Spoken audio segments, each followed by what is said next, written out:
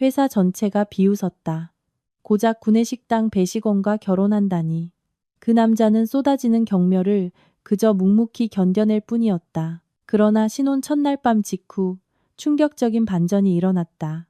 막강한 권력을 가진 회장님 앞에서 그는 얼어붙은 채 질문을 들어야 했다.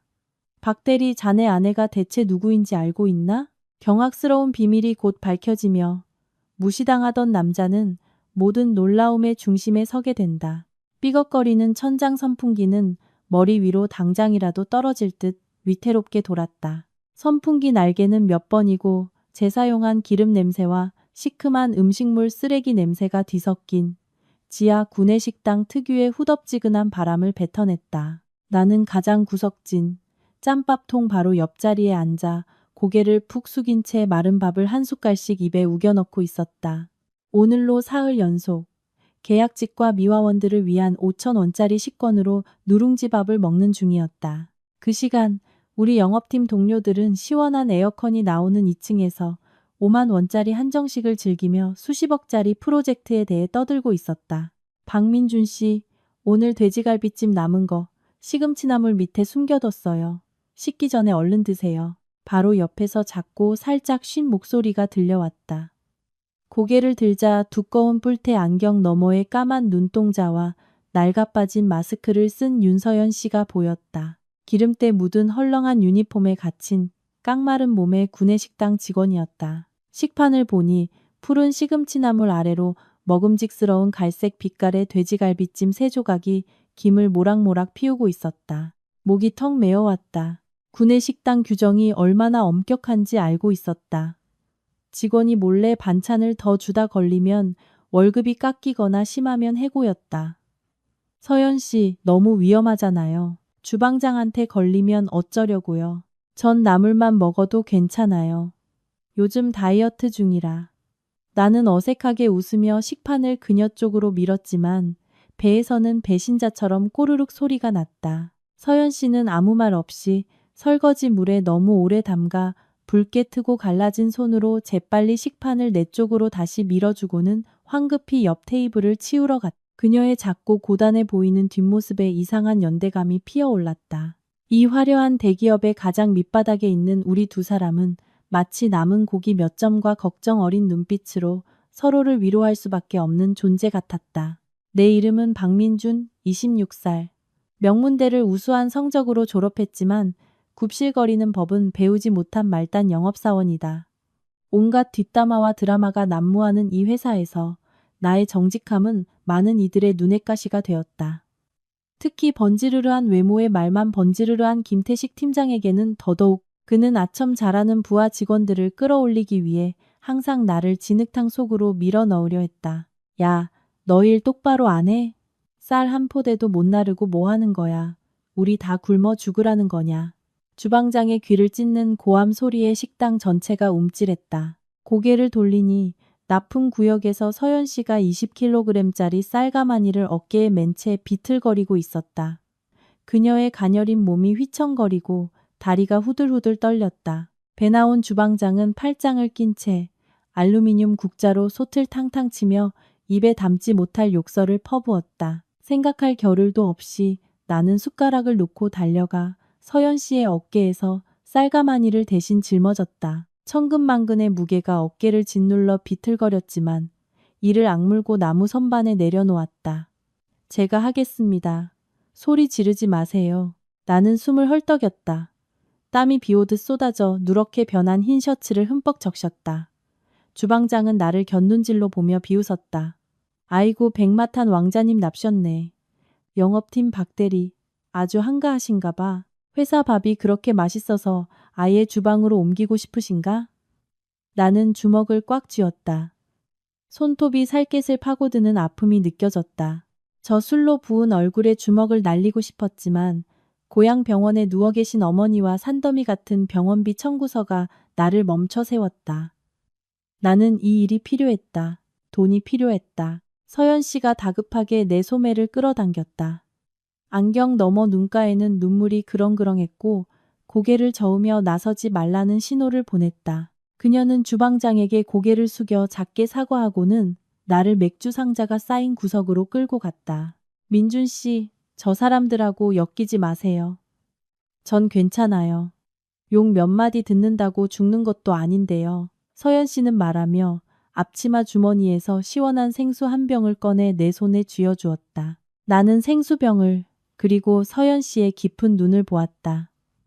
처음으로 그 순종적인 눈빛 속에서 날카롭고 단호한 빛이 스치는 것을 보았다. 그저 설거지나 하는 시골 처녀의 눈빛과는 전혀 달랐다. 서연 씨, 개천에서 용난다는 말 믿어요?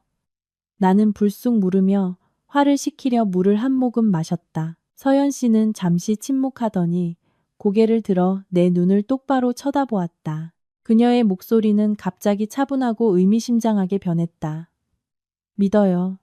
하지만 개천에서 용이 나려면 온몸의 비늘이 벗겨지는 고통을 견뎌야 하죠. 더 중요한 건 용이 된 후에 자기가 헤엄치던 흙탕물을 기억하느냐 마느냐예요.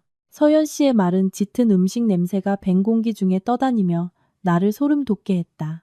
나는 그 말이 곧 닥쳐올 거대한 폭풍의 전조이자 내가 필사적으로 붙잡고 있던 거짓된 평화를 날려버릴 신호탄이라는 것을 알지 못했다. 월요일 아침 영업팀 사무실의 공기는 숨막힐 듯 무거웠다. 내가 들어서자마자 시끄럽던 웃음소리가 거짓말처럼 뺏었다. 동료들의 비웃음과 조롱이 섞인 시선이 독화살처럼 내게 날아와 박혔다. 어이 박대리, 어제 또 시궁창 가서 뭐 주워 먹었다며? 취향 참 독특해. 그 시꺼먼 설거지 아줌마가 목구멍으로 넘어가디? 김태식 팀장이 회전 의자에 비스듬히 앉아 금장 만년필을 만지작거리며 비아냥거렸다. 그는 새로 뽑은 외제차 덕에 콧대가 하늘을 찔렀고 사무실 전체가 그에게 동조하며 낄낄거렸다. 민준 씨는 초가삼간에 죽 한 그릇 나눠 먹는 그런 소박한 사랑을 좋아하나 보죠, 팀장님. 짧은 치마를 입은 여직원이 김 팀장에게 추파를 던지며 거들었다. 나는 입술을 굳게 다문 채 못 들은 척 내 자리로 향했다. 내 책상은 사탕 껍질, 종이 조각 같은 쓰레기로 어지러웠다. 나를 고립시키려는 동료들의 유치하지만 악랄한 장난이었다.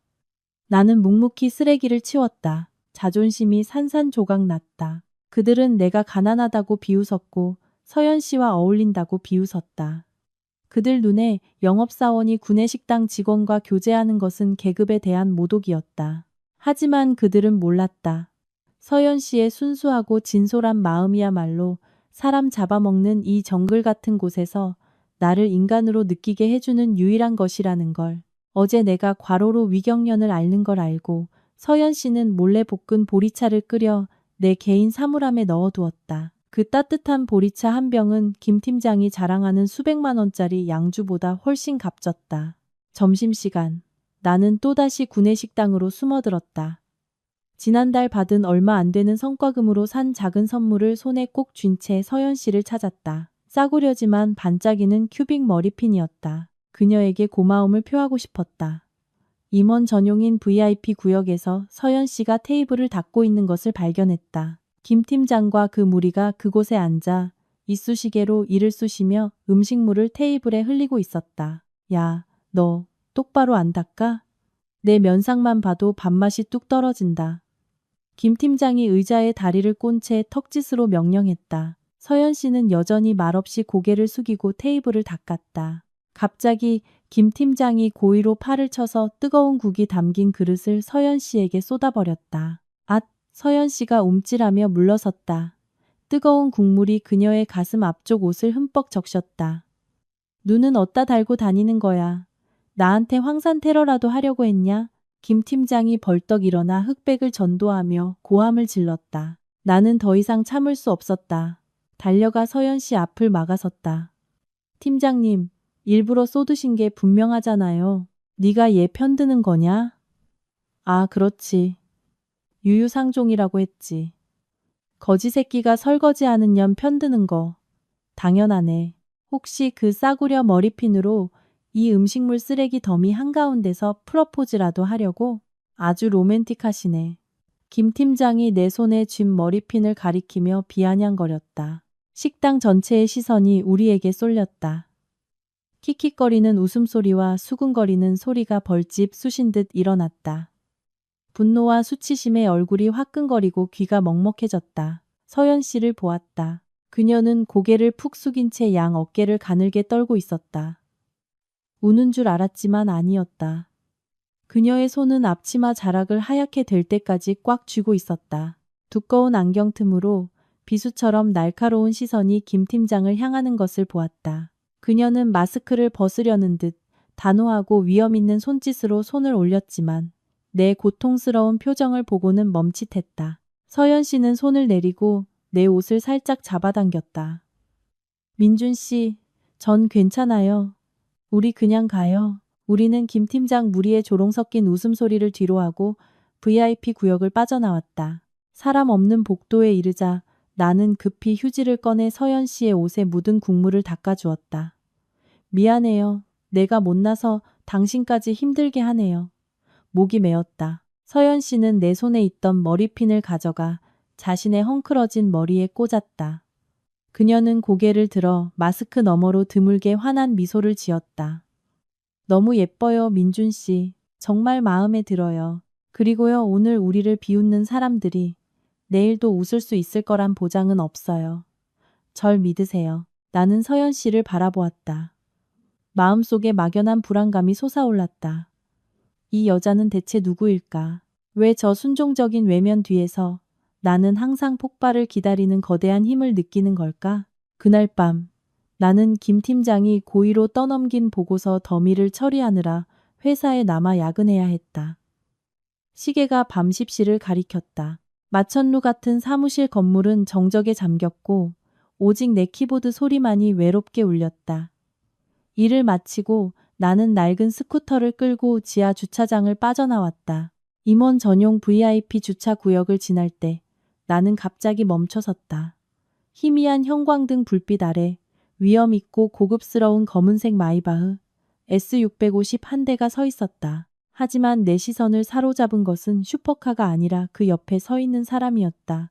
서연 씨였다. 그녀는 여전히 얼룩덜룩한 식당 유니폼을 입고 있었지만 그 고급차의 기대선 모습은 어딘가 매우 낯설었다. 그녀는 몸을 숙여 광택 나는 차문에 묻은 아주 작은 얼룩을 옷자락으로 닦고 있었다.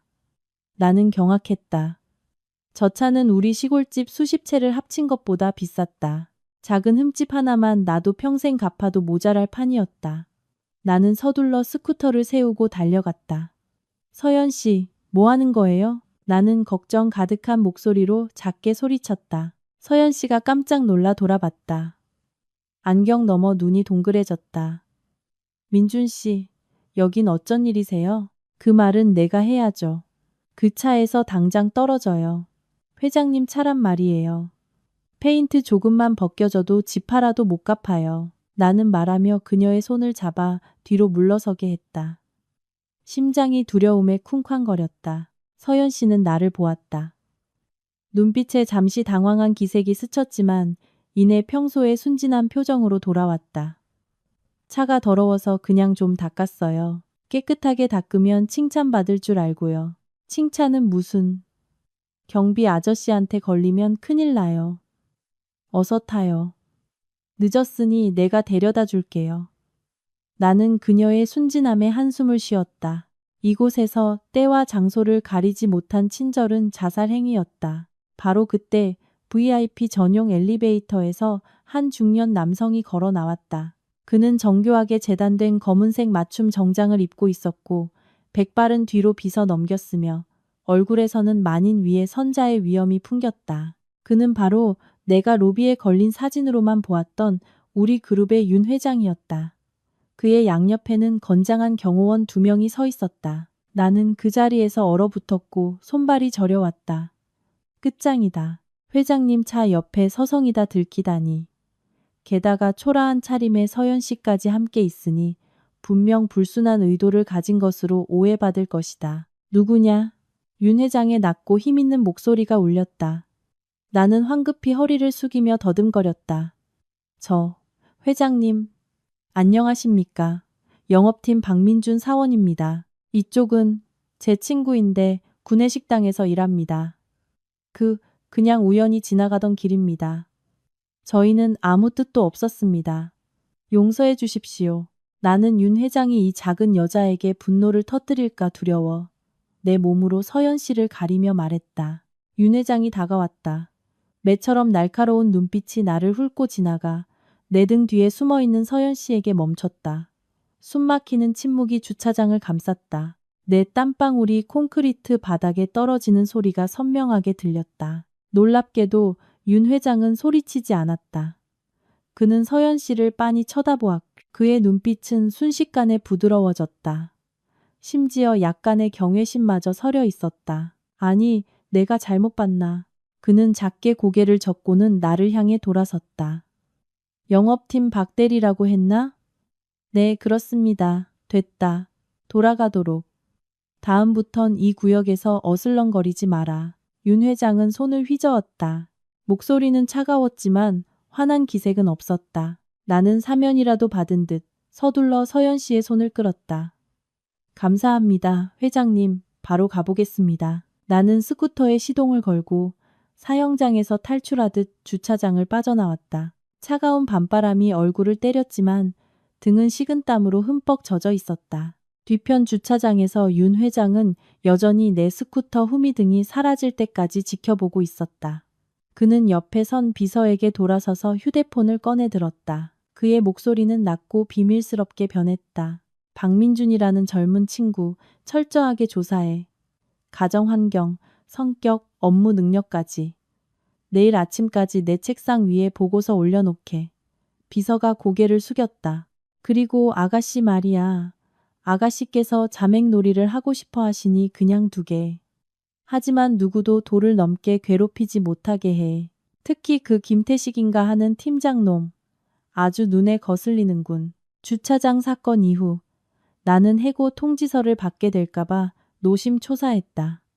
하지만 이상하게도 모든 것이 의심스러울 정도로 평온했다. 오직 김 팀장만이 날이 갈수록 더 기고만장해졌다. 그는 내가 무슨 죄라도 지은 냄새를 맡은 듯 더욱 악랄하게 나를 짓눌렀다. 그날은 분기 실적 마감일이었다. 나는 남부 지역 파트너와의 대형 계약을 성사시키기 위해 밤낮으로 매달렸다. 이것은 내가 월급 인상 심사를 받아 고향의 어머니 심장 수술비를 보낼 유일한 기회였다. 나는 계약 서류 뭉치를 책상 위에 두고 잠시 화장실에 다녀왔다. 돌아왔을 때 서류는 온데간데 없이 사라졌다. 책상을 샅샅이 뒤지고 사무실 동료들에게 물어봤지만 모두들 회피하는 눈빛으로 고개만 저었다. 이거 찾냐, 동생? 김 팀장의 목소리가 그의 사무실에서 들려왔다. 그가 걸어 나왔다. 그의 손에는 내 계약 서류가 들려 있었지만 표지는 그의 이름으로 바뀌어 있었다. 팀장님, 그건 제 계약입니다. 제가 한 달 넘게 공들인 고객이라고요. 나는 달려가 서류를 낚아채려 했다. 김 팀장은 서류를 높이 쳐들며 비웃었다. 내 거라고? 증거 있어? 고객은 나랑 계약했고 나랑 일했어. 넌 그냥 잔심부름이나 하던 놈인데 무슨 자격으로 내 공을 주장해? 당신, 이건 대낮에 날강도 짓이잖아요. 나는 분노에 차 소리쳤다. 입 닥쳐. 김 팀장이 서류를 책상에 세게 내리쳤다. 네가 고객 데이터 날려먹은 걸 내가 수습해서 이 계약 살려낸 거야. 고맙다고 하진 못할 망정. 어디서 누명을 씌워? 이사회에 보고해서 이번 분기 내 성과급 직무태만죄로 전부 삭감시켜버리겠어. 영업팀 전체가 쥐죽은 듯 조용했다. 누구 하나 나를 위해 변호해주는 사람이 없었다. 그들은 김 팀장을 두려워했고 나 같은 외톨이가 벌받는 것을 고소해했다. 나는 사무실 한가운데에 외톨이처럼 서 있었다. 고독감과 무력감이 나를 덮쳤다. 밤샘 작업의 수고, 어머니를 살리려던 희망, 모든 것을 저 비열한 인간에게 빼앗겼다. 나는 비틀거리며 회사를 빠져나와 맞은편 공원 벤치에 주저앉아 두 손에 얼굴을 묻었다. 남자의 짜릿짠 눈물이 안으로 흘렀다. 세상은 왜 이리 잔인한가. 착한 사람은 짓밟히고 교활한 자는 승승장구한다. 작고 따뜻한 손이 내 어깨에 가볍게 닿았다. 민준 씨. 고개를 들었다. 서연 씨였다. 여전히 초라한 모습이었지만 나를 보는 그녀의 눈빛에는 안타까움과 굳건함이 담겨 있었다. 그녀는 내 옆에 앉아 상투적인 위로의 말 대신 낡은 청가방에서 서류 뭉치 하나를 조용히 꺼냈다. 표지는 누렇게 바랬고 종이 모서리는 휴지처럼 구겨져 있었다. 이거 가지세요. 서연 씨가 서류를 내 손에 쥐어주었다. 이게 뭐예요? 휴지 조각인가요? 나는 절망에 찬 목소리로 물었다. 휴지 아니에요. 지난 몇 달간의 구내식당 납품 장부예요. 김 팀장님이 식당에서 가짜로 접대비를 처리하고 빚을 멋대로 달아놓고 식자재 가격까지 부풀리는 걸 봤어요. 제가 몰래 다 기록해뒀어요. 나는 얼어붙은 채 종이를 넘겼다. 서연 씨의 또박또박한 글씨로 날짜, 금액, 김 팀장의 비리 내용이 상세히 적혀 있었다. 비록 내 계약건에 대한 직접적인 증거는 아니었지만 이 숫자들을 대조하면 김 팀장의 횡령을 폭로할 수 있는 폭탄이 될 터였다. 어떻게 이걸? 그 사람한테 들키면 바로 해고될 텐데요. 나는 걱정스럽게 서연 씨를 보았다. 서연 씨는 마스크 너머로 알 수 없는 미소를 지었다. 이 일 잘리면 다른 일 하면 되죠. 하지만 민준 씨처럼 좋은 사람이 나쁜 놈한테 계속 당하는 건 못 보겠어요. 이거 가지고 계세요. 언젠가 쓸모가 있을 거예요. 절 믿어요. 정의는 늦게 올지언정 반드시 와요. 나는 서류 뭉치를 꽉 쥐고 서연 씨의 빛나는 눈을 보았다. 가장 절망적인 순간 이 작은 여인은 내게 구명보트와 함께 계속 싸워나갈 수 있는 믿음을 건네주었다. 갑작스러운 소나기가 도시를 덮쳤다. 무더위는 씻어냈지만 내 마음속 불안은 씻어내지 못했다. 고향에서 걸려온 전화는 어머니가 급히 수술을 받아야 한다는 비보를 전했다. 수술비는 5천만 원. 늦어지면 목숨이 위험할 수도 있었다. 5천만 원. 말단 사원 월급의 성과금마저 잘린 내 통장 잔고는 고작 500만 원이었다. 나는 사방으로 돈을 빌리러 다녔다. 동료들에게 일일이 전화했지만 돌아오는 것은 정중한 거절과 차가운 끊김 소리뿐이었다. 심지어 체면을 무릅쓰고 김 팀장에게 가부를 요청하는 문자를 보냈지만 그는 비웃는 이모티콘 하나를 보내고 나를 차단했다. 막다른 길에 몰린 나는 유일한 생계수단인 스쿠터를 팔기로 결심했다. 팔아봐야 1,000만 원 남짓이겠지만 없는 것보단 나았다. 나는 동네 전당포로 스쿠터를 끌고 가며 애끓는 심정을 느꼈다. 비는 억수같이 쏟아졌고 빗물과 눈물이 뒤섞여 안경을 흐릿하게 만들었다. 민준 씨, 익숙한 목소리가 들렸다. 서연 씨가 낡은 비옷을 입고 삿갓을 쓴 채 헐레벌떡 나를 쫓아왔다. 스쿠터 팔려는 거예요? 안 돼요. 그거 팔면 출퇴근은 어떻게 하려고요? 어머니 살릴 돈이 필요해요. 나 이제 방법이 없어요. 나는 핸들바에 머리를 박고 흐느꼈다. 서연 씨는 숨을 몰아쉬며 비옷 주머니에서 꼼꼼하게 싼 비닐 뭉치를 서툴게 꺼냈다. 그녀는 떨리는 손으로 비닐을 한 겹씩 벗겨냈다. 안에는 빳빳하게 1,000만 원, 5,000원짜리를 포함한 낡은 지폐 뭉치가 있었다. 이건 제가 몇 년 동안 설거지하면서 모은 돈이에요. 시골 부모님 집 고쳐드리려고 모았던 건데 한 4천만 원쯤 될 거예요. 이거 가지고 어머님부터 챙기세요. 나는 서연 씨 손에 들린 돈다발을 보며 온몸에 힘이 빠졌다.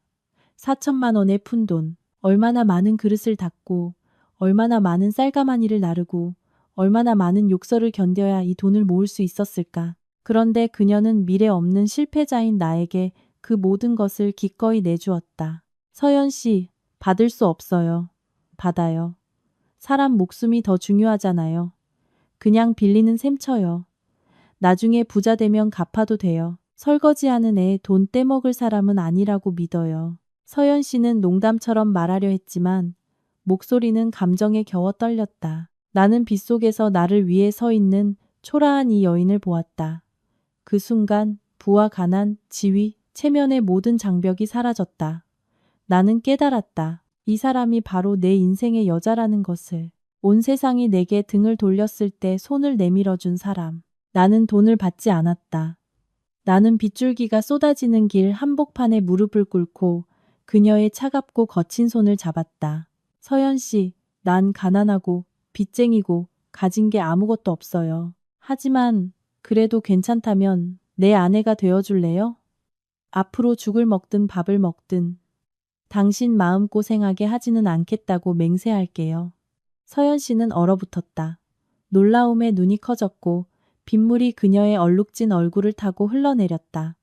이내 그녀는 울음을 터뜨리며 연신 고개를 끄덕였다. 빗속에서 행복한 미소가 피어났다. 우리는 주변 세상은 아랑곳하지 않고 서로를 힘껏 껴안았다.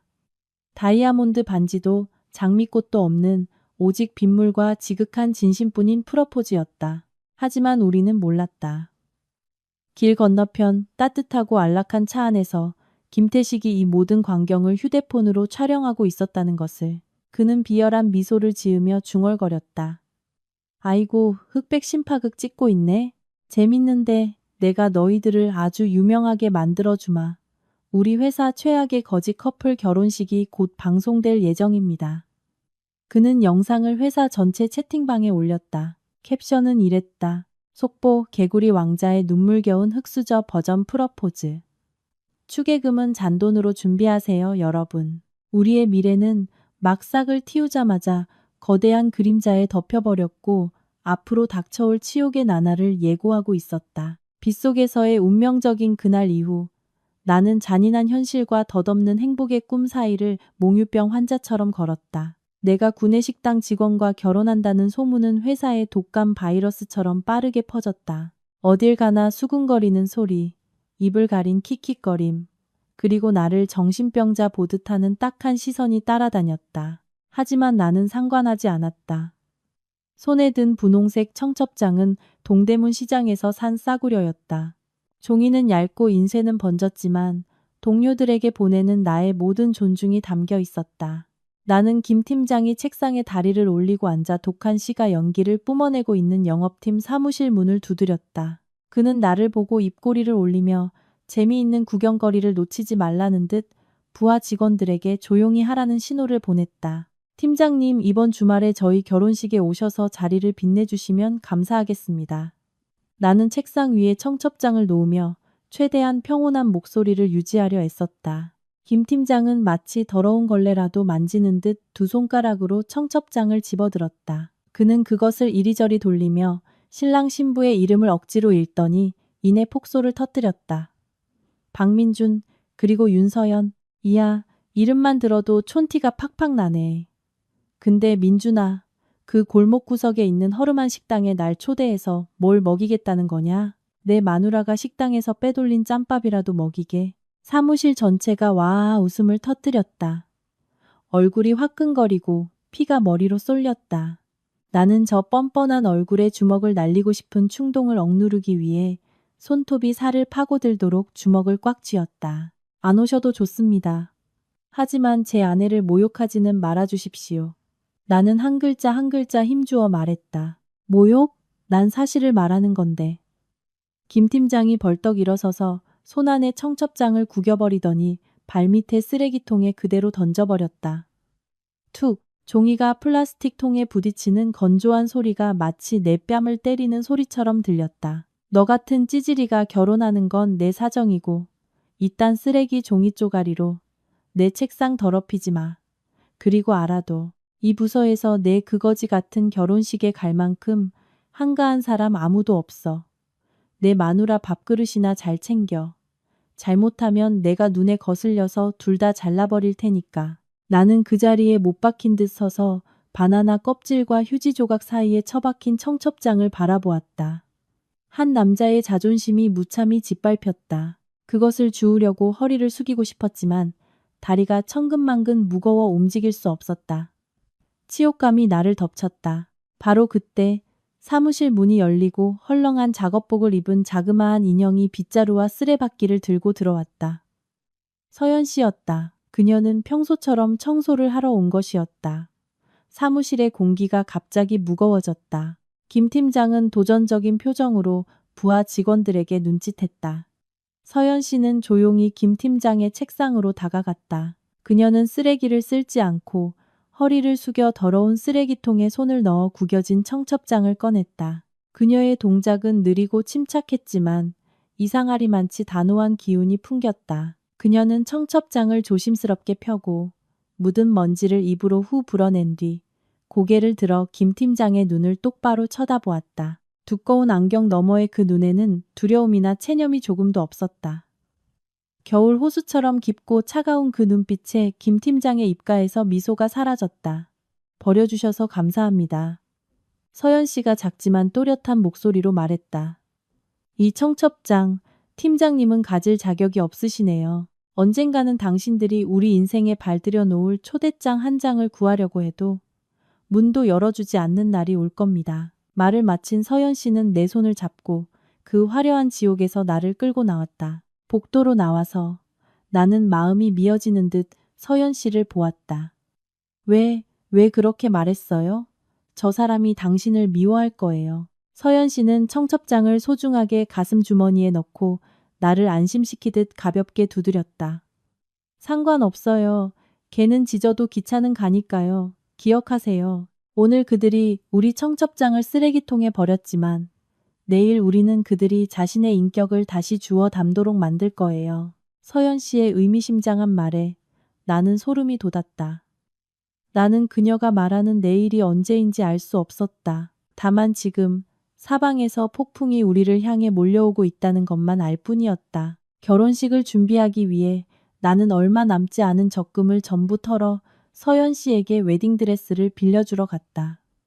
그녀에게 보상해주고 싶었다. 5성급 호텔에서 식을 올릴 수는 없어도 적어도 내 아내는 가장 순백의 드레스를 입어야만 했다. 우리는 강북의 한 웨딩드레스 숍에 갔다. 저렴한 곳이었지만 부유한 고객을 위한 VIP 구역도 있었다. 가게에 들어서자마자 낡은 옷감 냄새와 독한 표백제 냄새가 코를 찔렀다. 직원은 우리의 허름한 행색을 보고 차가운 얼굴로 구석에 있는 누렇게 변색된 낡은 드레스들을 손가락으로 가리켰다. 세일 상품 저기 있으니 알아서 고르세요. 여러 벌 입어보다 찢으면 변상해야 합니다. 내가 한마디 하려던 찰나 서연 씨가 내 손을 잡아 끌며 미소 지었다. 괜찮아요, 오빠. 전 뭐든 좋아요. 드레스를 고르고 있는데 갑자기 에어컨과 벨벳 소파가 있는 VIP 구역에서 교태 섞인 목소리가 들려왔다. 어머, 웬일이니? 재수없게. 드레스 고르러 와서 웬 오물을 다 보네. 돌아보니 김 팀장과 그의 예비 신부인 최유라였다.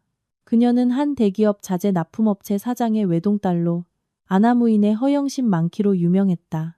유라는 수억 원짜리라는 크리스털이 박힌 화려한 머메이드 드레스를 입고 있었다. 김 팀장은 예비 신부의 허리를 감싸며 비웃었다. 자기야, 신경 꺼. 오리가 수억 원짜리 드레스를 걸친다고 봉황이 되는 건 아니잖아. 자기 같은 우아함이 있겠어? 최유라는 서연 씨를 훑어보며 입술을 삐죽였다. 어머, 저 촌스러운 몸매 좀 봐. 맨날 무거운 거 날라서 등이 굽었나 봐. 저런 몸에 웨딩드레스 입으면 꼭 돼지가 한복 입은 꼴이겠네. 화가 머리끝까지 치밀어 한바탕 하려 했지만 서연 씨가 나를 막았다. 그녀는 전혀 화를 내지 않고 오히려 매우 평온했다. 서연 씨는 장식 하나 없는 가장 단순한 A라인 드레스를 골랐다. 그녀는 드레스를 들고 탈의실로 들어갔다. 5분 후 붉은 벨벳 커튼이 젖혀졌다. 가게 안은 쥐 죽은 듯 조용해졌다. 나는 너무 놀라 손에 들고 있던 가방을 떨어뜨렸다. 서연 씨가 거기에 서 있었다. 몸에 꼭 맞는 순백의 드레스가 그녀의 가녀린 몸매를 감싸고 있었다. 그녀는 두꺼운 안경을 벗었고 긴 검은 머리는 자연스럽게 늘어뜨렸다. 화려한 화장 없이도 그녀의 민낯은 기품 있고 우아한 아름다움으로 빛났다. 그 기품은 뼈대에서 자신감 넘치는 눈빛에서 당당하게 치켜든 고개에서 뿜어져 나와 싸구려 드레스를 마치 명품처럼 보이게 했다. 심지어 불친절하던 직원마저 입을 떡 벌렸다. 고객님, 너무 아름다우세요. 모델 같아요. 저편에 서 있던 최유라는 질투심의 얼굴이 잿빛이 되었다. 그녀가 입은 수억 원짜리 드레스는 서연 씨의 순수한 아름다움 옆에서 갑자기 천박하고 촌스러워 보였다. 김 팀장도 잠시 넋을 잃고 있다가 황급히 고개를 돌리며 당혹감을 감추려 나지막이 욕을 읊조렸다. 서연 씨는 거울 앞으로 다가가 잠시 자신을 비춰본 뒤 나를 향해 부드럽게 미소 지었다. 민준 씨, 나 어때요? 예뻐요. 정말로. 나는 심장이 마구 뛰는 것을 느끼며 더듬거렸다. 바로 그때 최유라의 휴대폰이 울렸다. 그녀가 신경질적으로 전화를 받았다. 여보세요, 아빠? 응, 나 드레스 입어보는 중이야. 뭐라고? 아빠, 왜 그래? 윤 씨 집안 사람들한테 밉보이지 말라고? 무슨 윤 씨? 나 그런 사람 모르는데? 알았어, 알았어. 아빠는 걱정도 많으셔. 유라는 전화를 끊고 서연 씨를 한번 쏘아보더니 김 팀장을 끌고 나갔다. 가자, 오빠. 여기 있으니 숨 막혀. 거지들 보니까 기분만 잡쳤네. 그들이 떠나고 나와 서연 씨만 남았다. 나는 그들의 뒷모습을 보며 아까의 전화 통화에 대해 의아해했다. 윤 씨 집안이라니 우리 그룹 회장님 성씨가 아닌가? 하지만 그저 우연이겠거니 생각했다. 나는 아내를 돌아보았다. 마음속에는 행복감과 함께 불안감이 교차했다. 내 아내가 이렇게 아름다운데 이 험한 세상에서 내가 그녀를 지켜낼 수 있을까? 우리 결혼식은 어느 일요일 햇볕이 따가운 정오에 열렸다. 행복 예식장은 작은 골목 깊숙한 곳에 있었다. 주위는 허름한 식당들로 둘러싸여 있었고 시끄러운 차 소리와 먼지가 가득했다. 레드카펫도 수입생화도 없었다. 오직 빛바랜 조화 몇 다발과 붉은 글씨가 박힌 현수막뿐이었다. 나는 입구에서 하객을 맞으며 섰다. 빌린 양복은 조금 컸고 등은 땀으로 흠뻑 젖었다. 시계는 정오 11시를 가리켰지만 식장은 텅 비어 있었다. 하객은 시골에서 올라오신 친척 몇 분과 친한 대학 동기 몇 명이 전부였다. 회사 동료는 단 한 명도 보이지 않았다. 나는 휴대폰을 열어 회사 단체 채팅방을 보았다. 그들은 김 팀장의 애완견 생일 파티를 축하한다며 5성급 호텔 뷔페에 모여 있었다. 화려한 인증샷과 서로를 향한 축하 메시지가 나를 조롱하듯 계속 올라왔다. 띵동. 박민주님에게 50영원이 입금되었습니다. 메시지. 영업팀 일동 결혼 축하. 미안. 우린 VIP 파티에 가야 해서. 싸구려 밥 먹으면 배탈 날까봐. 나는 휴대폰을 꽉 쥐었다. 눈시울이 뜨거워졌다. 결혼식 축의금으로 5만 원. 그들은 나를 무엇으로 보는 걸까? 거지? 갑자기 낡은 용달차 한 대가 식당 앞에 끽 하고 섰다. 문신을 한 남자가 내려서 커다란 화환을 식장 입구 한가운데에 놓았다. 나는 그 자리에서 얼어붙었다. 그건 장미나 백합으로 만든 결혼 축하 화환이 아니었다. 장례식에나 쓰는 흰 국화로 만든 근조 화환이었다. 검은 리본에는 흰 글씨로 선명하게 쓰여 있었다. 영업팀장 김태식, 두 분 사랑의 영면을 축하합니다. 흥겨운 결혼식 축가는 순간 귀에 거슬리는 소음이 되었다. 시골에서 올라오신 어머니는 화환을 보고 가슴을 부여잡고 쓰러질 뻔하셨다. 동네 사람들은 수군거리며 손가락질했다. 세상에 너무 악독하다. 남의 좋은 날에 저런 장례식 화환을 보내다니 저주를 퍼붓는 거잖아. 저 박 총각 대체 어떻게 살았길래 동료들이 저렇게 미워하는 거야. 나는 저 저주스러운 화환을 갈기갈기 찢어버리려고 달려나갔지만 서연 씨가 더 빨랐다. 그녀는 소박한 웨딩드레스를 입고 아무 일도 없다는 듯 태연하게 걸어 나왔다. 그녀는 화환에서 흰 국화 한 송이를 꺾어 신랑의 부토니에 대신 내 가슴에 꽂아주었다. 화내지 말아요.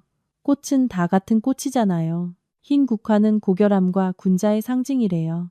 그들이 우리 부부의 순수함을 칭찬해 주나 봐요. 서연 씨는 하객 모두가 들을 수 있을 만큼 큰 소리로 말했다. 그녀의 지혜와 담대함이 장례식 같던 분위기를 구해냈다. 사람들은 박수를 터뜨렸다.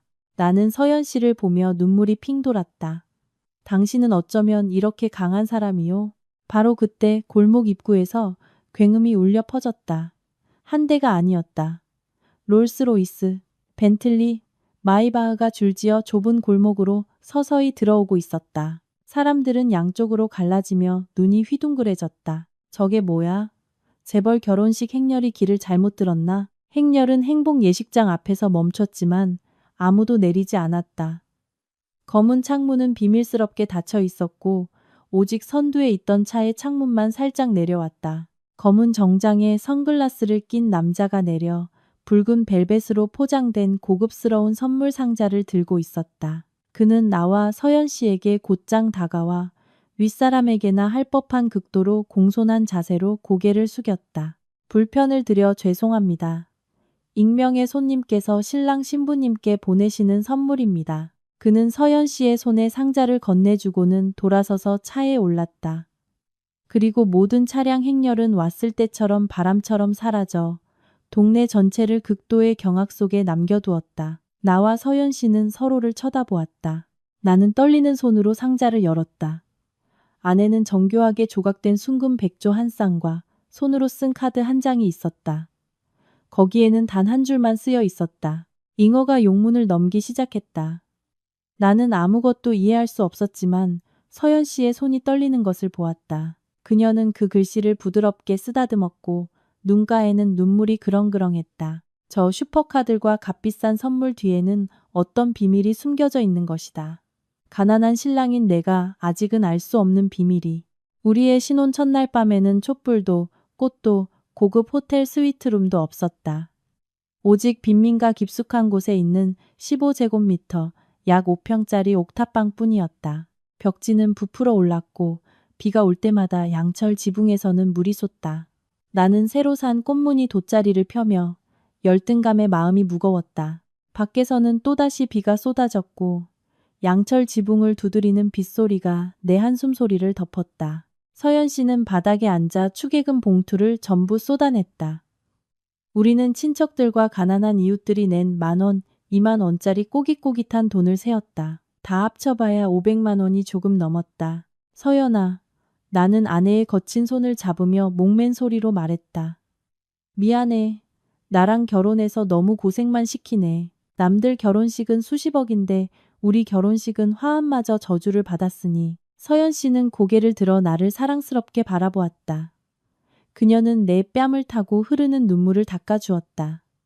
바보 같기는 내가 오빠랑 결혼한 게 돈 때문인 줄 알아요. 난 그날 구내식당에서 유일하게 내 쌀가마니를 들어준 사람이 오빠였기 때문에 결혼한 거예요.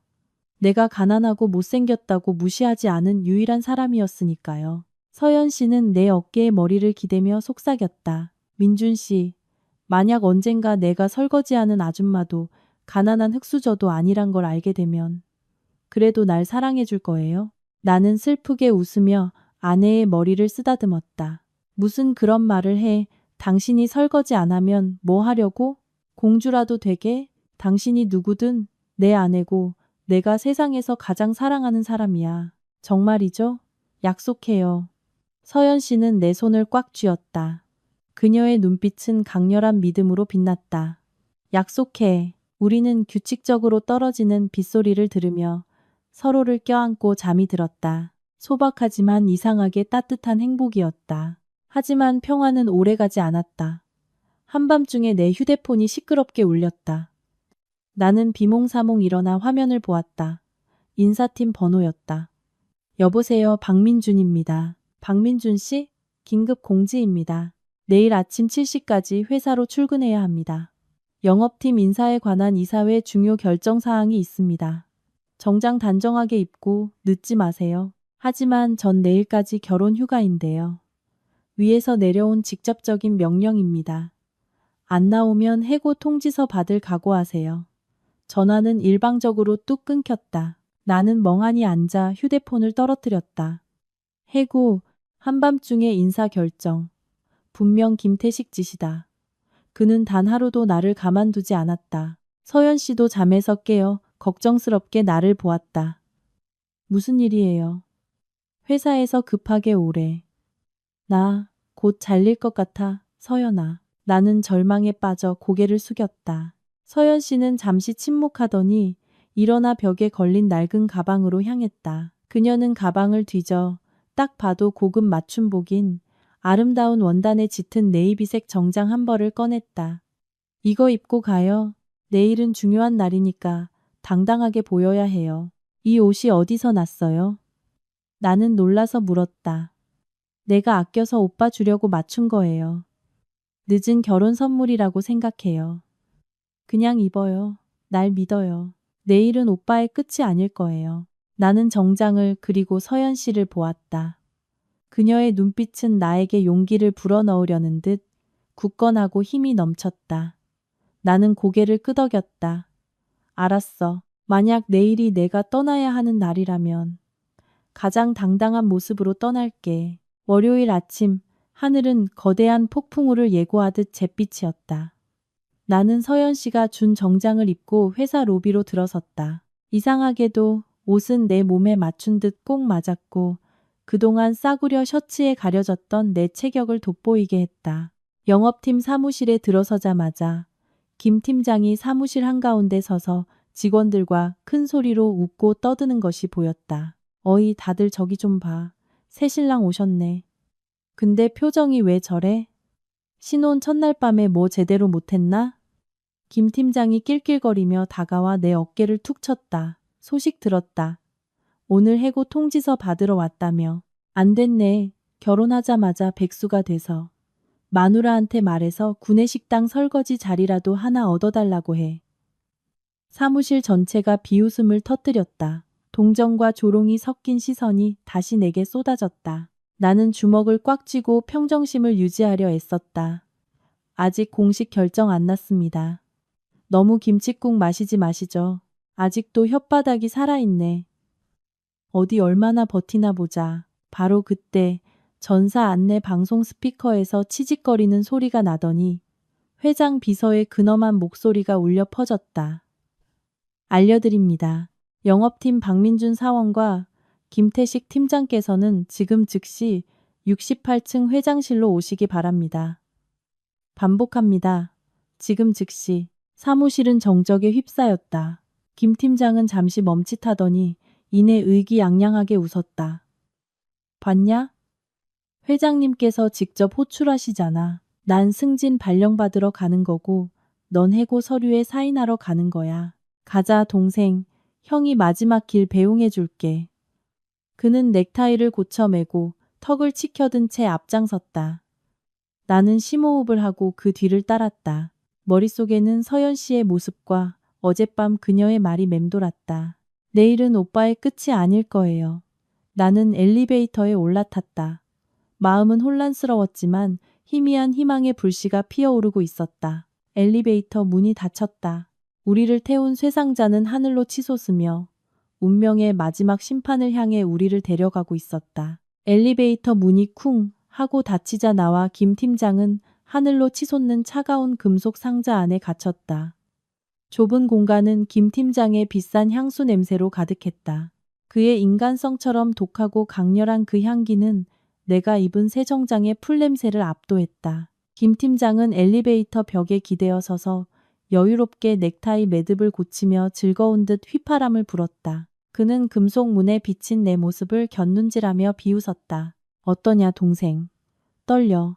식은땀을 그렇게 줄줄 흘리면 냉방병 걸리겠다. 근데 내 마누라 손재주 하나는 좋네. 어디서 빌렸는지 정장 입으니까 사람 꼴은 하네. 아쉽지만 비싼 옷으로 뼛속까지 벤거지 냄새는 못 가리지. 나는 주먹을 꽉 쥐고 가슴속에서 끓어오르는 분노를 억눌렀다.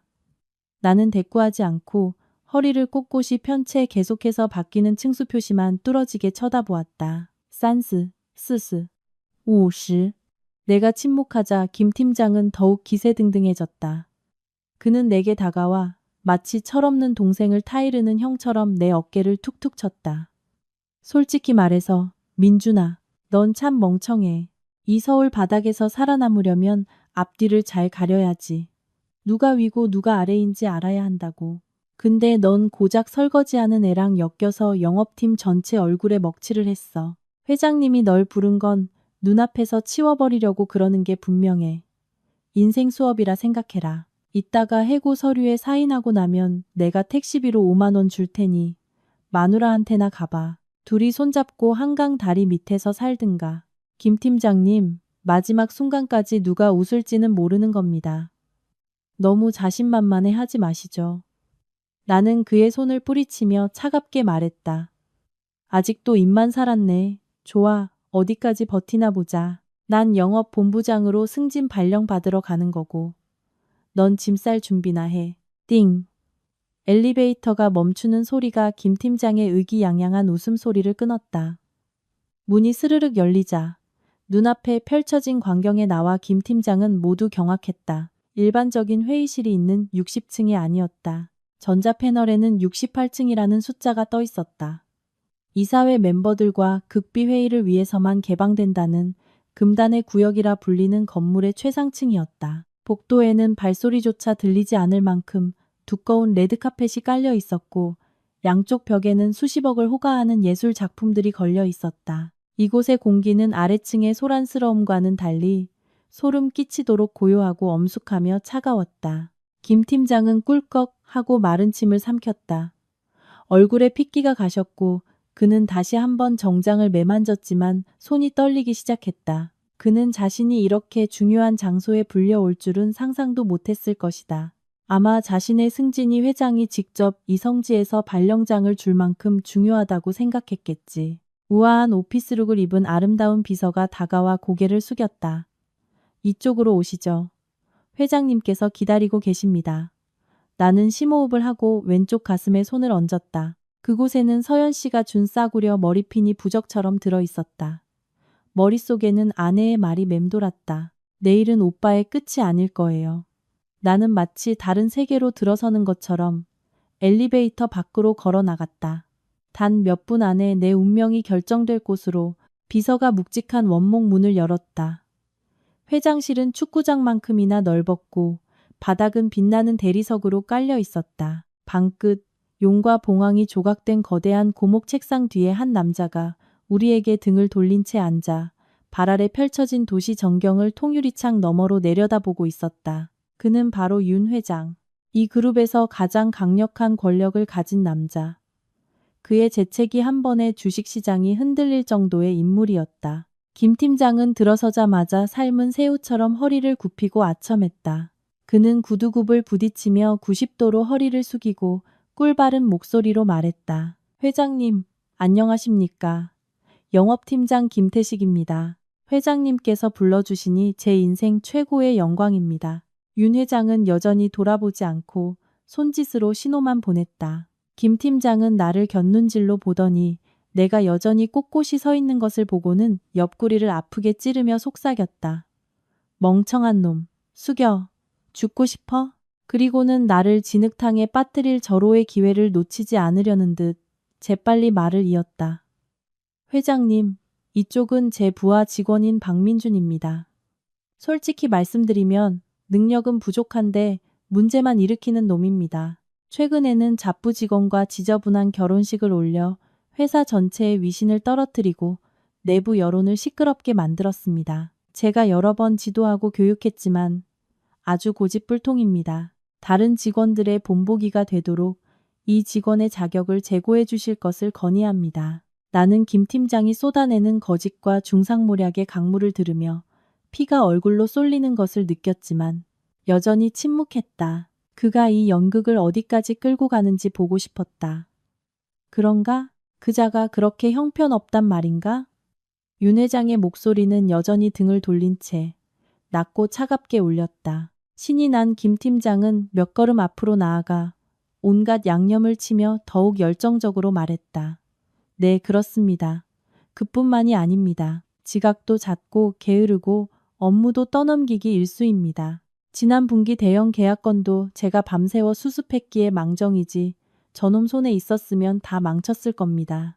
아침에 도장 찍고 저녁에 퇴근 카드 찍는, 게다가 식당에서 주워온 여자랑 결혼하는 저런 직원이 어떻게 우리 그룹에 있을 자격이 있겠습니까? 제 생각엔 해고는 가벼운 처벌이고 책임을 추궁해야 마땅합니다. 쾅! 책상을 내리치는 요란한 소리가 김 팀장의 말을 끊었다. 윤 회장이 의자를 돌렸다. 그의 얼굴은 분노로 붉게 달아올라 있었다. 그는 벌떡 일어나 김 팀장의 얼굴에 대고 손가락질하며 굶주린 호랑이처럼 눈을 부릅떴다. 입 닥쳐라. 할 말 다 했나? 김 팀장은 화들짝 놀라 뒤로 넘어질 뻔했다. 그는 핏기 없는 얼굴로 더듬거렸다. 회장님, 제가 누가 주워온 아내라고 했지? 누가 쓰레기 같은 아내라고 했나? 윤 회장은 책상에서 걸어 나와 김 팀장에게 다가갔다. 그 위압적인 기세에 김 팀장은 뒷걸음질 쳤다. 박 대리 아내 말입니다. 그 여자는 구내식당 설거지하는 애일 뿐입니다. 김 팀장은 자신이 뭘 잘못 말했는지도 모른 채 떨면서 변명했다. 윤 회장은 비웃었다. 사람의 등골을 오싹하게 만드는 웃음이었다. 그는 김 팀장을 지나쳐 내게 와서 어깨를 강하게 한번 툭 치고는 옆에 있는 휴게실로 통하는 문을 손가락으로 가리켰다. 네, 그 잘난 눈을 크게 뜨고 똑똑히 봐라. 저 안에 앉아있는 사람이 누군지. 문이 스르륵 열리자 에어컨의 차가운 공기와 함께 익숙하면서도 낯선 맑은 제스민 향이 흘러나왔다. 나는 숨을 죽이고 문 너머 어두운 공간을 응시했다. 또각, 또각. 심판의 시간을 알리는 시계추처럼 하이힐 소리가 규칙적으로 울렸다. 휴게실의 어둠 속에서 가녀린 인형 하나가 빗속으로 걸어 나왔다. 나는 내 눈을 믿을 수 없어 눈을 비볐다. 기름때 묻은 헐렁한 작업복이 아니었다. 찢어진 삿갓이나 달아빠진 슬리퍼도 얼굴의 반을 가리던 두꺼운 뿔테 안경도 아니었다. 내 눈앞에는 몸의 곡선을 아름답게 드러내는 세련된 아이보리색 정장을 입은 눈부시게 아름다운 젊은 여성이 서 있었다. 길고 검은 머리는 우아하게 올려 묶어 반짝이는 다이아몬드 목걸이를 한 새하얀 목선을 드러냈다. 가벼운 화장을 한 얼굴에서는 여왕과 같은 날카로운 권위가 풍겼다. 서연이었다. 내 아내였다. 하지만 이 사람은 늘 고개 숙이던 그 서연이 아니었다. 하늘을 찌를 듯한 기품과 우리를 똑바로 쳐다보는 자신감 넘치는 눈빛을 가진 완전히 다른 서연이었다. 나는 그 자리에 못 박힌 듯 입을 벌린 채 아무 말도 할 수 없었다. 김 팀장은 더 비참했다. 그는 눈이 튀어나올 것처럼 부릅떴고 턱이 딱딱 부딪혔다. 윤 회장은 서연 씨 옆에 서서 자랑스럽게 그녀의 어깨를 감싸고는 나를 향해 알 수 없는 미소를 지었다. 어떤가 젊은이. 자네 아내가 누군지 알겠나? 나는 무의식적으로 고개를 저었다. 머릿속이 팽이처럼 돌았다. 자네들에게 소개하지. 이쪽은 우리 그룹의 신임 부사장이자 영국에서 MBA를 마치고 막 돌아온 윤서연이다. 그리고 더 중요한 것은 윤 회장은 잠시 말을 멈추고 한 글자 한 글자 힘주어 말했다. 내 하나뿐인 외동딸이다. 뭐라고요? 김 팀장은 비명을 지르며 진흙더미처럼 바닥에 주저앉았다. 회장님 따님? 아닐 거야. 저 여자는 설거지하던 애인데. 서연 씨가 미소 지었다. 꽃처럼 아름다운 미소였지만 김 팀장의 등골을 서늘하게 만들었다. 그녀는 김 팀장에게 다가가 그를 내려다보며 말했다. 안녕하세요, 김 팀장님. 기억력이 안 좋으시네요. 어제만 해도 저희 부부에게 흰 국화 화환을 보내주시더니 오늘 다시 만나셨는데 향이라도 한 다발 더 주시지 그러셨어요? 김 팀장은 온몸을 사시나무 떨듯 떨었고 땀이 비오듯 쏟아져 비싼 정장을 흠뻑 적셨다. 그는 더듬거리며 바닥에 머리를 대섰다. 사모님, 제가 눈뜬 장님이었습니다. 몰랐습니다. 죽을 죄를 지었습니다. 제발 목숨만 살려주십시오. 서연 씨는 더 이상 그를 쳐다보지도 않고 내게로 돌아섰다. 날카롭던 그녀의 눈빛이 순식간에 부드럽고 애정 어리게 변했다. 그녀는 내게 다가와 넥타이를 바로잡아주고는 윤 회장과 김 팀장이 보는 앞에서 부드럽게 내 손을 잡았다. 안녕 내 사랑. 그동안 속여서 미안해요. 난 내가 구내식당 설거지 아줌마일 때 나를 사랑해줄 사람을 찾고 싶었어요. 회장 딸이라는 자리가 아니라. 그리고 난 당신을 찾았어요. 나는 아내를 보며 남자의 눈물이 주르륵 흘렀다. 나의 신데렐라는 진짜 공주님이었다. 그녀가 그동안 겪었던 모든 인내와 고통은 단지 시험이었을 뿐이다. 그리고 이 가난한 나는 운명의 가장 혹독한 시험을 운 좋게 통과한 것이다. 윤 회장은 주재석에 앉아 시가에 불을 붙이고 천천히 연기를 내뿜었다. 자, 이제 업무 얘기를 해볼까. 내 딸이 괜히 구내식당에 가서 자비를 한 게 아니야. 자맹을 나간 거지.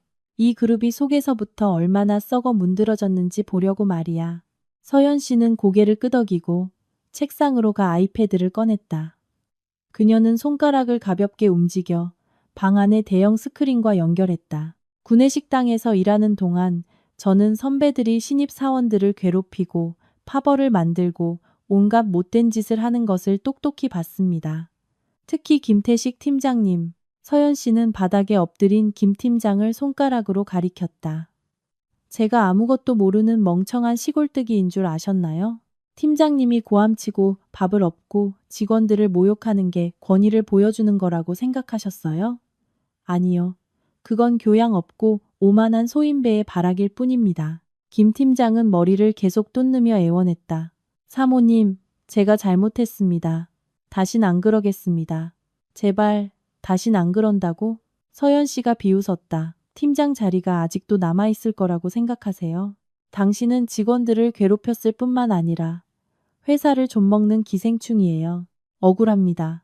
저는 지난 몇 년간 회사에 헌신했고 수많은 계약을 따냈습니다. 김 팀장은 마지막 희망을 붙잡으려는 듯 큰 소리로 항변했다. 그는 서연 씨가 갓 돌아온 회장 딸이라 경영 상황은 모르고 식당의 사소한 일만 알 것이라고 생각했다. 헌신?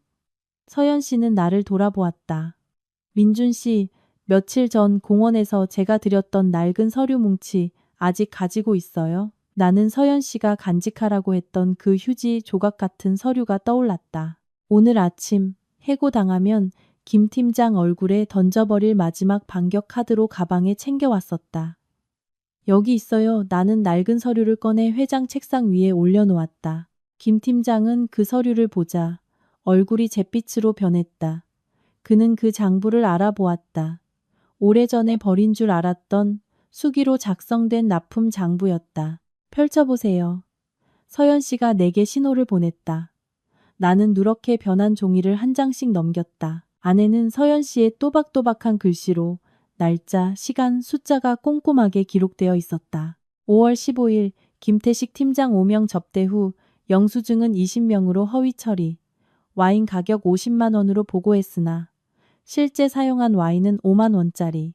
5월 20일 호주산 소고기 50kg, 킬로그램당 2만 원에 납품받았으나 실제로는 킬로그램당 5천 원짜리 인도산 물소 고기. 차액은 개인적으로 횡령. X월 10일 주방 뒤 창고에서 야채 납품업체로부터 리베이트 봉투 수수. 금액 200만 원. 서연 씨가 읽어내려가는 하나하나의 사실은 김 팀장에게 내려지는 사형 선고와 같았다.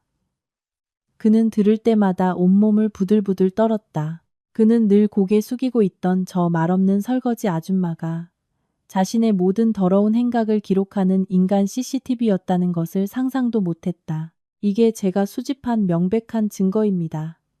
김 팀장님, 당신은 회사 구내식당을 당신만의 황금알을 낳는 거위로 만들었어요. 직원들의 식비를 횡령해서 직원들은 짬밥을 먹게 하고 당신은 그들의 피와 땀 위에서 산해진미를 즐겼죠. 당신 인간이긴 합니까? 서연 씨의 날카로운 목소리가 넓은 방을 울렸다. 윤 회장은 책상을 쾅 내리쳤다. 찻잔이 덜컹거렸다. 파렴치한 놈. 내가 팔 안에서 독사를 키웠구나. 어쩐지 요즘 직원들이 회사 밥이 맛없다고 불평하더라니. 다 내 놈 때문이었어. 김 팀장은 더 이상 변명할 수 없다는 것을 깨달았다. 그는 완전히 무너져 흐물흐물한 고깃덩어리처럼 바닥에 엎드려 비참하게 울부짖었다. 회장님, 용서해 주십시오. 저에겐 늙은 어머니와 어린 자식이 있습니다. 제가 잠시 눈이 멀었습니다. 눈이 멀었다고? 서연 씨가 다가와 내 손에 있던 서류를 낚아채 김 팀장의 얼굴에 던져버렸다. 종이들이 눈송이처럼 흩날리며 그의 비열한 얼굴을 덮었다. 밥값 횡령할 때도 눈이 멀었고 뇌물 받을 때도 눈이 멀었고 동료 공 가로챌 때도 남을 모욕할 때도 눈이 멀었군요. 아주 자주 눈이 머시네요. 민준 씨가 당신의 더러운 수작 때문에 얼마나 고통받았는지 알기나 해요? 서연 씨는 나를 가리키며 감정이 복받친 듯 목이 메었다. 그는 당신에게 계약을 빼앗기고 성과급을 잘리고 따돌림 당해서 어머니 병원비를 마련하려고 스쿠터까지 팔아야 했어요. 그동안 당신은 횡령한 돈으로 외제차를 사고 애인에게 명품 옷을 사주며 흥청망청 놀아났죠. 당신은 짐승이에요. 김 팀장은 고개를 들었다. 그의 눈빛이 갑자기 변했다. 애원에서 막다른 길에 몰린 자의 흉포함으로 그는 자신의 경력이 끝났다는 것을 알았다. 그는 다른 사람을 물고 늘어지기로 했다. 이 쌍년아, 어디서 피를 토하고 지랄이야. 네가 회장 딸이니까 뭐든 말하면 다 되는 줄 알아? 이 증거 다 네가 조작한 거야. 난 소송할 거고 영업팀 동료들 모아서 파업할 거야. 나 없으면 그 팀은 바로 마비된다고. 고객들 다 내 손에 있어. 그는 소리치며 내게 달려들어 서류를 찢어버리려 했다. 하지만 나는 더 빨랐다. 나는 더 이상 과거의 유약한 박민준이 아니었다. 나는 그의 턱에 그대로 주먹을 날렸다. 그는 뒤로 나자빠졌고 코피가 터져 나왔다. 그 더러운 입 닥쳐. 누굴 파업으로 협박해. 팀원들은 너한테 질릴 만큼 질렸어. 나는 서연 씨 앞을 막아서서 비틀거리며 일어나는 김 팀장의 눈을 똑바로 쳐다보았다. 네가 고객을 다 쥐고 있다고? 틀렸어. 고객들은 회사의 신뢰와 제품의 품질을 보고 거래하는 거지. 내 그 번지르르한 혓바닥 때문이 아니야. 넌 그냥 회사 명성에 빌부터 피 빨아먹는 기생충일 뿐이야. 나는 윤 회장을 향해 돌아보며 또렷하게 말했다. 회장님, 김 팀장의 업무 프로세스에 있는 오류들을 제가 증명할 수 있도록 허락해 주십시오. 저는 김 팀장이 숨겨왔던 고객 데이터 시스템을 몰래 재구축해 왔습니다. 저를 믿어주신다면 단 3일 안에 영업팀을 안정시키고 단 한 명의 고객도 잃지 않을 것을 약속드립니다. 윤 회장은 나를 보았다. 그의 눈빛에는 칭찬이 가득했다. 그는 고개를 끄덕였다. 좋아, 젊은이. 그 배짱이 마음에 드는군. 이 시간부로 박 대리를 영업팀장 직무대행으로 임명한다. 김태식의 자리를 대체하도록. 뭐라고? 아, 안 돼.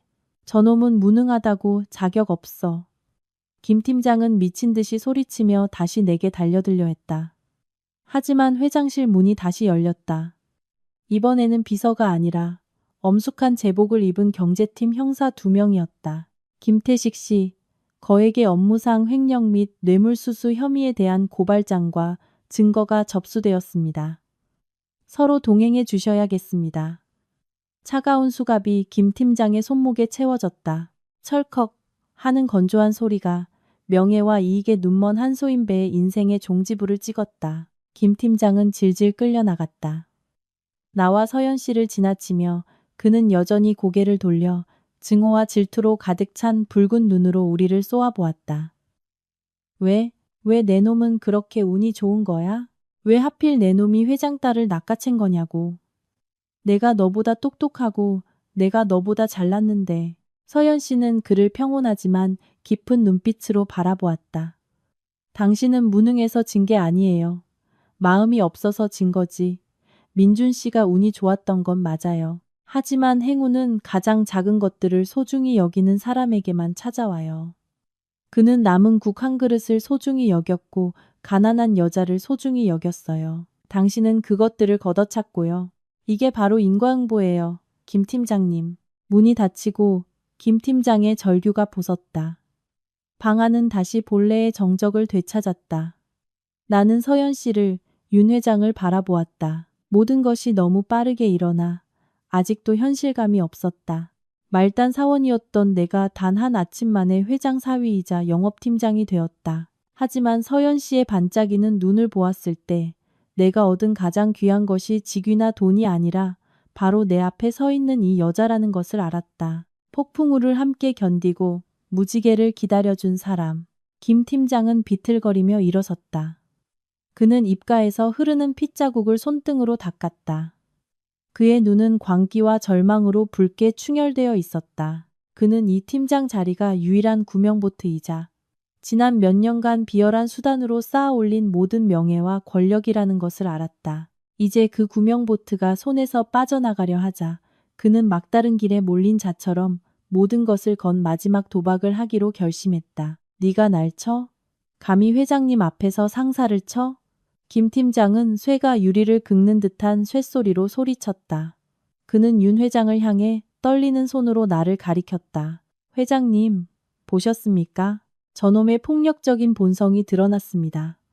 말단 사원놈이 감히 상사를 폭행하다니. 이런 놈을 그냥 두면 회사 기강이 무너집니다. 윤 회장은 여전히 조각상처럼 앉아 차를 한 모금 마셨다. 그의 깊은 눈에서는 어떤 감정도 읽을 수 없었다. 그의 침묵은 김 팀장을 더욱 공황 상태로 몰아넣었다. 그는 회의실 문가에 서서 상황을 지켜보던 다른 부서장들을 향해 동맹을 구하려 했다. 여러분 보셨죠? 회장 딸이면 답니까? 회장 딸이면 공신에게 누명을 씌워도 되는 겁니까? 제가 오늘 억울하게 당하면 내일은 여러분 차례가 될 겁니다. 이 그룹은 이제 시장 바닥이 다 됐어요. 인맥으로 인재를 짓밟는다고요. 웅성거리는 소리가 커졌다. 김 팀장에게 신세를 졌던 몇몇 사람들이 동요하기 시작했고 서연 씨를 향해 난처한 시선을 보냈다. 기세가 오른 김 팀장은 휴대폰을 꺼내 누군가에게 전화를 걸고 스피커폰을 켰다. 여보, 자기야. 아버지께 당장 회장님께 전화하라고 해. 여기서 사람들이 나를 집단으로 괴롭히고 길바닥으로 내쫓으려고 한다고. 자기 아버지는 전략적 파트너잖아. 투자금 빼면 이 회사 며칠이나 버티겠어? 나는 김 팀장을 보며 극도의 경멸감을 느꼈다. 마지막 순간까지 그는 뉘우치기는커녕 여전히 처가의 힘에 기대어 위세를 부리려 했다. 그는 돈과 인맥이 정의의 저울을 구부릴 수 있다고 믿었다. 나는 한 걸음 앞으로 나아가 김 팀장의 시야를 막아섰다. 나는 더 이상 주먹을 쓰지 않았다. 그가 가장 자랑스러워하던 것, 바로 전문성으로 그를 상대했다. 김 팀장님, 가족은 끌어들이지 마시죠. 본인이 인재라고 고객을 다 쥐고 있다고 하셨죠. 좋습니다. 그럼 설명해 보시죠. 나는 가방에서 USB를 꺼내 회장님 컴퓨터에 꽂았다. 대형 스크린이 켜지며 상세한 그래프와 데이터가 나타났다. 이것이 지난 6개월간 영업팀의 실제 매출 보고서입니다. 빨간색 선이 팀장님이 계약했다고 보고한 건들, 파란색 선은 실제로는 저와 다른 팀원들이 성사시킨 계약입니다. 나는 숫자를 하나하나 짚으며 날카롭게 말했다. 태흥물산과의 계약, 접대비 500만 원을 허위로 청구하셨지만 실제 고객은 밥 한 번 얻어먹은 적 없다고 불평했습니다. 북부건설과의 계약, 납품업체를 압박해 10%의 차액을 챙기셨고 그 때문에 자재 품질이 떨어져 회사가 계약 위반 소송을 당할 뻔했습니다. 압박 정황이 담긴 모든 이메일과 통화 녹음 파일, 팀장님이 깨끗하게 삭제했다고 생각했던 전자 휴지통에서 모두 복구했습니다. 김 팀장은 스크린을 보며 눈을 부릅떴다. 땀이 비오듯 쏟아졌다. 그는 그저 컴퓨터만 두드리는 줄 알았던 저 말없는 직원이 이토록 치밀하게 증거를 수집했을 줄은 상상도 못했다. 말하는 숫자들은 연이은 따귀처럼 그의 얼굴을 때리며 탐욕스러운 거짓 가면을 벗겨냈다. 네, 네가 내 컴퓨터를 해킹했어. 김 팀장이 더듬거렸다. 해킹이 아닙니다. 팀장님께서 게을러서 건너뛰신 데이터 백업 절차를 저는 성실하게 따랐을 뿐입니다. 나는 태연하게 대답했다. 서연 씨는 옆에서 팔짱을 낀 채 입꼬리를 올리며 차갑게 웃었다. 김 팀장님, 파업을 선동하신다고요? 팀원들이 당신 말을 들을 것 같아요? 그들은 당신에게 질릴 만큼 질렸어요. 그들은 회사의 발전을 위해 일하는 거지 당신의 착취와 공갈을 위해 일하는 노예가 아닙니다. 문 밖을 보세요. 김 팀장이 고개를 돌렸다. 유리문 밖에는 영업팀 전 직원이 서 있었다. 아무도 파업하지 않았고 아무도 소리치지 않았다. 그들은 분노와 실망, 그리고 독재자가 무너지는 것을 보는 통쾌함이 섞인 눈으로 김 팀장을 쳐다보고 있었다. 따르르릉, 날카로운 전화벨 소리가 긴장된 분위기를 깼다. 김 팀장의 휴대폰이었다. 그는 미래의 장인어른이라는 구명주를 잡으려는 듯 떨리는 손으로 전화를 받았다. 아, 아버님, 저 좀 살려주십시오. 살려주긴 뭘 살려줘. 이놈아, 회사에서 무슨 짓을 하고 다닌 거야. 방금 윤 회장 비서실에서 내놓은 비리 자료를 다 보내왔어. 나까지 공범으로 만들 셈이냐. 파혼이다. 내 딸은 절대 정과자 놈이랑 결혼 안 시켜. 다시는 우리 집 앞에 얼씬도 하지 마. 수화기 너머로 터져나온 고함 소리가 선명하게 울렸다. 김 팀장은 힘없이 손을 떨어뜨렸다. 휴대폰이 바닥에 떨어져 산산조각 났다. 그는 완전히 무너졌다. 그가 그토록 의지했던 마지막 버팀목, 황금 구명보트가 이제 산산이 부서져 버린 것이다. 하지만 그의 비극은 여기서 끝나지 않았다. VIP 엘리베이터 문이 열리고 분노에 찬 하이힐 소리가 바닥을 울렸다. 김태식, 이 사기꾼 새끼야. 김 팀장의 예비 신부였던 최유라가 태풍처럼 들이닥쳤다. 그녀는 명품 드레스를 입고 있었지만 머리는 헝클어지고 화장은 눈물로 번져 있었다. 바닥에 주저앉은 김 팀장을 보자마자 그녀는 다짜고짜 달려들어 머리채를 잡고 뺨을 마구 때렸다. 네가 날 속였어.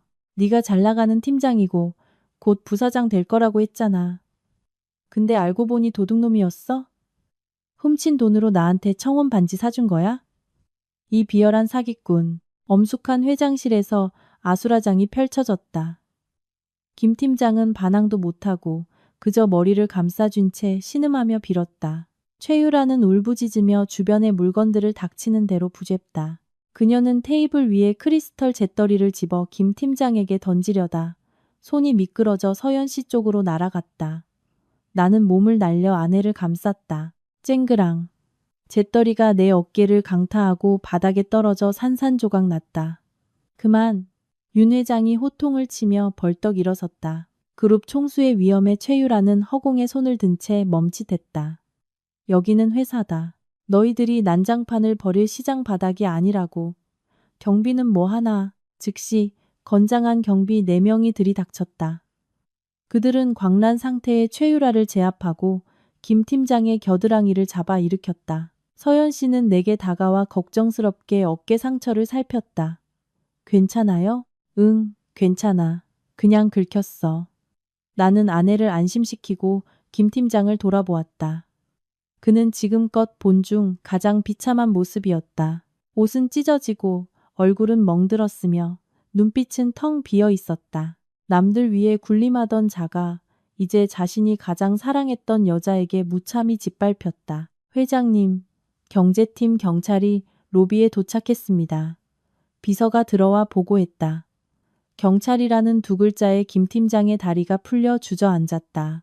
바지가 소변으로 축축하게 젖었다. 그는 기어서 윤 회장의 발치로 가 머리가 깨져 피가 흐르도록 바닥에 뱉었다. 눈물 콧물과 피가 뒤섞였다. 회장님, 비나이다. 제발 용서해 주십시오. 돈은 다 갚겠습니다. 제가 감옥에 가면 저희 어머니는 돌아가십니다. 회장님. 윤 회장은 그를 내려다 보았다. 눈빛은 차가웠지만 일말의 연민도 스쳐 지나갔다. 자네에게 늙은 어머니가 있듯이 내 직원들에게도 가족이 있고 자식이 있다. 자네가 그들의 밥값을 떼먹고 성과급을 가로챌 때 그들이 겪을 어려움에 대해 생각해 봤나? 여기 박 팀장은 자네 때문에 성과급을 잘려서 어머니 수술비를 마련하려고 스쿠터까지 팔아야 했다. 그때 자네 양심은 어디에 있었나? 그는 손을 휘저어 경비들에게 김 팀장을 경찰에게 인계하라고 명령했다. 그 광경을 본 최유라는 비명을 지르며 쓰러졌고 의료진에게 실려 나갔다. 방 안은 악성 종양을 제거한 수술실처럼 무거운 침묵에 잠겼다. 서연 씨는 내 손을 꽉 잡았다. 그녀의 손이 떨리고 있었다. 아무리 강한 그녀라도 이 비극적인 광경은 충격이었을 것이다. 인과응보는 정말 있나 봐요. 서연 씨가 속삭였다. 나는 고개를 끄덕이며 창밖을 보았다. 폭풍우가 지나간 하늘이 서서히 개고 있었다. 하지만 나는 알았다. 김 팀장의 하늘은 완전히 무너졌다는 것을. 그것이 바로 탐욕과 잔인함에 대한 대가였다. 그룹을 휩쓴 거대한 폭풍이 지나가고 일주일 후 나와 서연 씨는 하루 휴가를 냈다. 축하 여행을 떠나기 위해서가 아니었다. 우리의 첫 보금자리였던 허름한 골목의 옥탑방으로 돌아가기 위해서였다. 우리는 윤 회장님이 늦은 결혼 선물로 주신 회사 근처의 아파트로 이사하기 위해 짐을 정리했다. 눅눅하고 곰팡내 나는 옥탑방이었지만 고난의 시절을 함께한 추억이 가득한 곳이었다. 나는 침대 밑에서 잡동사니를 담은 종이 상자를 꺼냈다. 안에는 낡은 옷 몇 벌, 책 서너 권, 그리고 병원비 영수증 뭉치가 있었다. 나는 영수증을 버리려다 문득 멈칫했다. 영수증에 적힌 날짜는 어머니가 심장수술을 받으신 날과 일치했다. 하지만 납부자 이름은 내가 아니라 윤서연이었다. 나는 그 자리에서 얼어붙었다. 그날 나는 스쿠터를 팔아 1,500만 원을, 여기저기서 빌려 1천만 원을 더 마련했지만 여전히 절반이 모자랐다. 시골 땅을 담보로 잡힐 생각이었다. 하지만 병원에 갔을 때 의사는 수술비가 완납되었고 수술 일정도 잡혔다고 했다. 나는 시골 친척들이 도와준 줄로만 알았다. 서연아, 나는 떨리는 목소리로 아내를 부르며 영수증을 그녀 앞에 내밀었다. 이게 어떻게 된 거야? 그때 당신이 어머니 수술비를 내준 거야? 옷을 개던 서연 씨가 돌아보며 부드럽게 미소 지었다. 네. 어머님이 고통받으시는 걸 그냥 볼 수 없었어요. 그런데 왜 나한테 말 안 했어? 왜 내가 스쿠터를 팔게 내버려 뒀어? 왜 내가 절망 속에서 사방으로 돈을 구하러 다니게 놔둔 거야?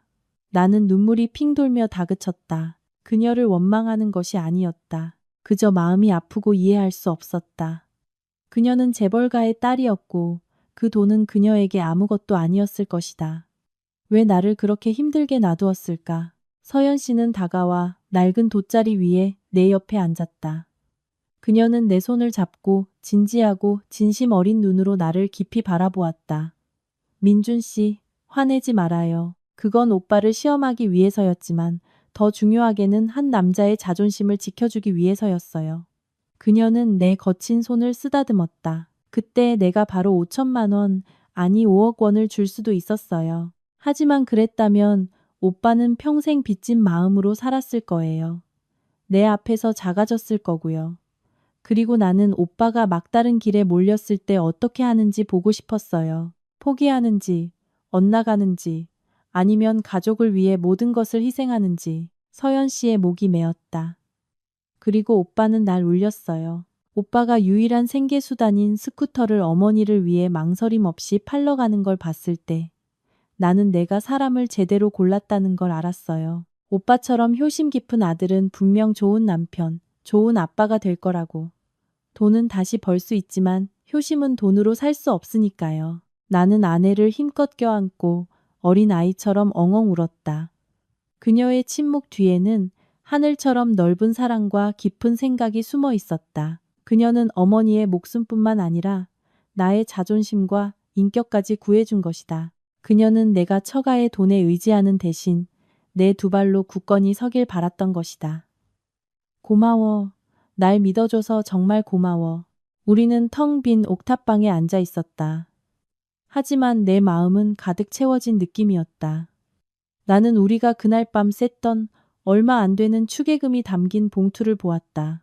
서연아, 이 축의금으로는 아무것도 사지 말자. 그럼 뭐 하게요? 서연 씨가 물었다. 이 돈으로 회사에 있는 가난한 직원들과 미화원들을 위한 무료 급식 기금을 만들자. 옛날에 당신이 내게 줬던 돼지갈비찜처럼 이제 누구도 짬밥을 먹지 않았으면 좋겠어. 서연 씨는 자랑스러움으로 반짝이는 눈으로 나를 보았다. 그녀는 힘차게 고개를 끄덕였다. 우리 남편 최고. 내가 아버지께 말씀드려서 더 지원해달라고 할게요. 이 기금 이름은 행복식당 어때요? 최고야, 여보. 우리는 해질녘에 옥탑방을 떠났다. 나는 다시 찾아온 낡은 스쿠터에 서연 씨를 태웠다. 울퉁불퉁한 길 위로 우리 두 사람의 그림자가 길게 늘어졌다. 하지만 저 앞에는 우리를 기다리는 도시의 찬란한 불빛이 빛나고 있었다. 1년 후 그룹 구내식당은 점심시간이 되자 여전히 시끌벅적했지만 분위기는 완전히 달라졌다. 더 깨끗하고 쾌적해졌으며 특히 직원들을 위한 500원짜리 식판은 따뜻하고 풍성한 반찬으로 가득했다. 이제는 말끔한 정장을 입은 당당한 영업본부장이 된 나는 익숙한 구석 자리 테이블에 앉아 있었다. 내 맞은편에는 배가 제법 부른 서연 씨가 앉아 있었다. 임신 7개월 차에 접어든 그녀의 얼굴은 행복으로 빛나고 있었다. 이 갈비 더 먹어요. 요즘 너무 말랐어. 서연 씨는 새콤달콤한 갈비를 내 밥그릇에 놓아주었다. 그녀의 살뜰한 보살핌은 예전과 똑같았다. 아냐, 당신이 먹어야 아기가 건강하지. 난 너무 쪄서 이제 정장 단추도 안 잠겨. 나는 웃으며 아내에게 반찬을 다시 집어주었다. 주변을 지나가는 직원들은 모두 우리에게 공손히 고개 숙여 인사했다. 내가 회장 사위여서가 아니었다. 나의 능력으로 영업팀을 일으켜 세우고 지난 한 해 동안 기록적인 계약들을 성사시켰기 때문이었다. 이제 더 이상 신데렐라 남편에 대해 수군거리는 사람은 없었다. 그들은 나를 노력으로 성공한 본보기로 여겼다. 어이 젊은이. 낮고 따뜻한 목소리가 들렸다. 윤 회장이 평상복 차림으로 식판을 들고 와 우리 옆에 앉았다. 그는 더 이상 VIP 룸에서 혼자 식사하지 않고 자식들 그리고 직원들과 함께 밥 먹는 것을 좋아했다. 아버님 식사하러 오셨어요? 나와 서연 씨가 황급히 일어섰다. 앉아, 앉아. 여기선 회장이 아니라 그냥 애비다. 윤 회장은 허허 웃으며 서연 씨의 부른 배를 보고 다시 나를 보았다. 그래, 내 손주 녀석이 오늘은 얌전한가? 아니에요, 아버님. 어찌나 활발한지 아마 아빠 닮아서 고집이 보통이 아닐 거예요. 서연 씨가 킥킥거렸다. 윤 회장은 나물 반찬을 천천히 씹으며 행복식당 기금으로 운영되는 무료 배식대에서 즐겁게 식사를 받는 미화원들을 아련하게 쳐다보았다. 민준아, 그거 아나? 옛날에 서연이가 저기서 일하겠다고 고집 부렸을 때 내가 얼마나 반대했는지 모른다. 내 딸 고생할까봐 그랬지. 하지만 이제 보니 저 녀석이 나보다 현명했어. 그는 나를 향해 돌아보았다. 그의 눈빛에는 신뢰와 만족감이 가득했다. 딸의 남편감을 고를 때는 부유할 때가 아니라 가장 가난하고 힘들 때 그 사람이 세상을 어떻게 대하는지를 봐야 하는 법이다. 자네는 남은 국 한 그릇을 무시하지 않았고 초라한 아내를 부끄러워하지 않았지. 그러니 자네는 이 모든 것을 가질 자격이 있네. 그 모든 것이란 내 재산이 아니라 내 딸의 행복을 말하는 걸세. 나는 테이블 아래에서 서연 씨의 손을 꽉 잡았다. 두 손은 따뜻하고 굳건하게 맞잡혀 있었다. 감사합니다, 아버님. 평생을 바쳐 아버님의 선택이 틀리지 않았다는 것을 증명하며 살겠습니다. 창문으로 들어온 오후 햇살이 우리 세 사람의 모습을 비추었다. 나와 서연 씨의 그림자는 하나로 합쳐져 뱃속에서 자라나는 작은 생명을 감싸는 든든한 형체를 만들었다. 개천의 잉어는 용이 되었다. 하지만 그 용은 옛날 국 한 그릇의 맛을 영원히 기억하며 이제 자신의 힘으로 인생이라는 강을 더욱 맑게 만들어갈 것이다.